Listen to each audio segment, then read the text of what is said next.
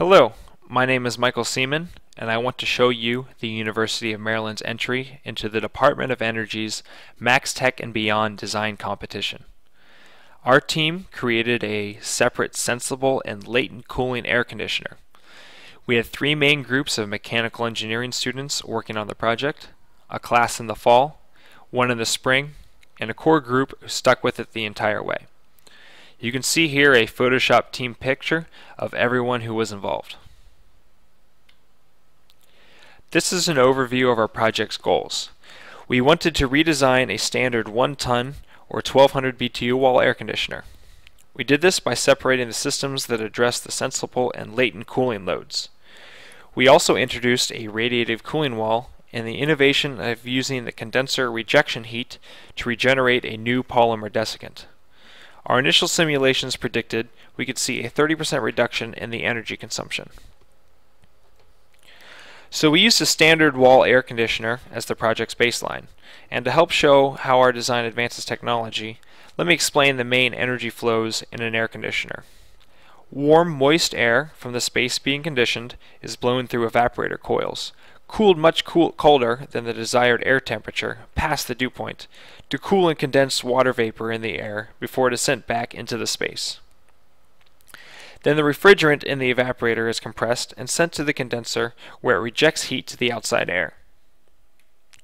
Our design separates the air cooling or sensible and dehumidification or latent cooling process into two independent systems.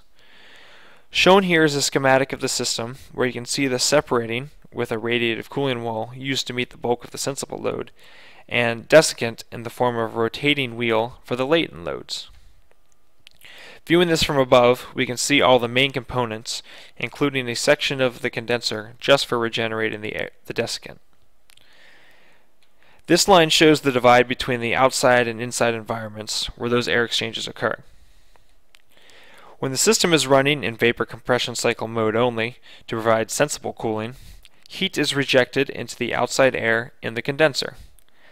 The damper will be opened fully to allow all the cooling from the evaporator to be blown into the conditioned space, and the large surface area of the radiative cooling wall provides cooling via radiation and convection.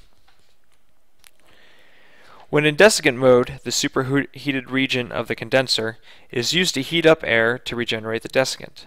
Moist air from the space is dehumidified via adsorption with the desiccant. This will initially introduce a slight cooling to the airstream, but the warm desiccant will transfer more heat overall. When the full system is running, it will provide both a high level of sensible cooling and dehumidification. To break down those innovative benefits further, let's start with the vapor compression cycle and radiative cooling wall. Since the evaporators do not have to dehumidify, their temperatures can be raised, which will then require a lower pressure ratio, or equivalently, a smaller, lower-powered compressor. The radiative cooling, while seen with these two thermal images, will also bring in a more uniform cooling and require less fan power. The latent cooling system is advantageous because of a new super adsorbent polymer that gives the most dehumidification at low temperatures. Then combine that with the utilization of the condenser rejection heat instead of needing to introduce a charging mechanism for maximum efficiency. To break it down further, that smaller compressor will consume about 30% less energy. The smaller fans bring in 5%, but to make it work this way, the wheel rotating power will add 1% or less, and the added heat will bring in 4%, which yields to roughly 30% in energy savings. So over the last year, we constructed a fully functional prototype seen here in the test chamber. To date, we have completed a few tests abiding by the ASHRAE standard to find the coefficient of performance, or COP. Here is a table of the test results running our system in a 35°C test chamber. We first ran the system in a configuration to mimic the baseline air conditioner, specifically a low evaporator temperature, and yielded a refrigerant side COP of 2.9.